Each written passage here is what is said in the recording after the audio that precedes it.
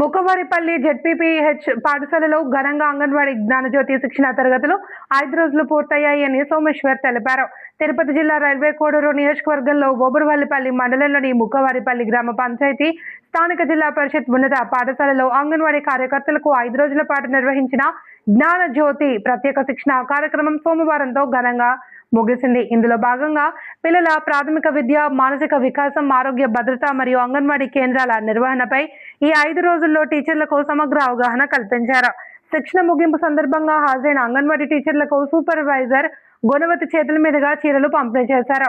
ఈ సందర్భంగా సూపర్వైజర్ గుణవతి మాట్లాడుతూ శిక్షణలో నేర్చుకున్న అంశాలను అంగన్వాడీ కేంద్రాల్లో సమర్థవంతంగా అమలు చేస్తూ చిన్నపిల్లలకు నాణ్యమైన విద్య, పోషకాహారాన్ని అందించాలి అని పిలుపునిచ్చారు. ఈ కార్యక్రమంలో పాఠశాల ప్రధానోపాధ్యాయులు సోమేశ్వర ఏ, మస్తాన్ బాబు మరియు డైరెక్టర్ ఎంఈఓ శివరామిరెడ్డి, ఎంఈఓ2 రెడ్డయ్య, సిడిపిఓ రేణుక ఆధ్వర్యంలో పాఠశాల ఉపాధ్యాయులు, అంగన్వాడీ సూపర్వైజర్లు రత్నమ్మ, గుణవతి, శారద, టీచర్స్ మరియు సిబ్బంది పాల్గొన్నారు. ఏవి న్యూస్ తెలుగు.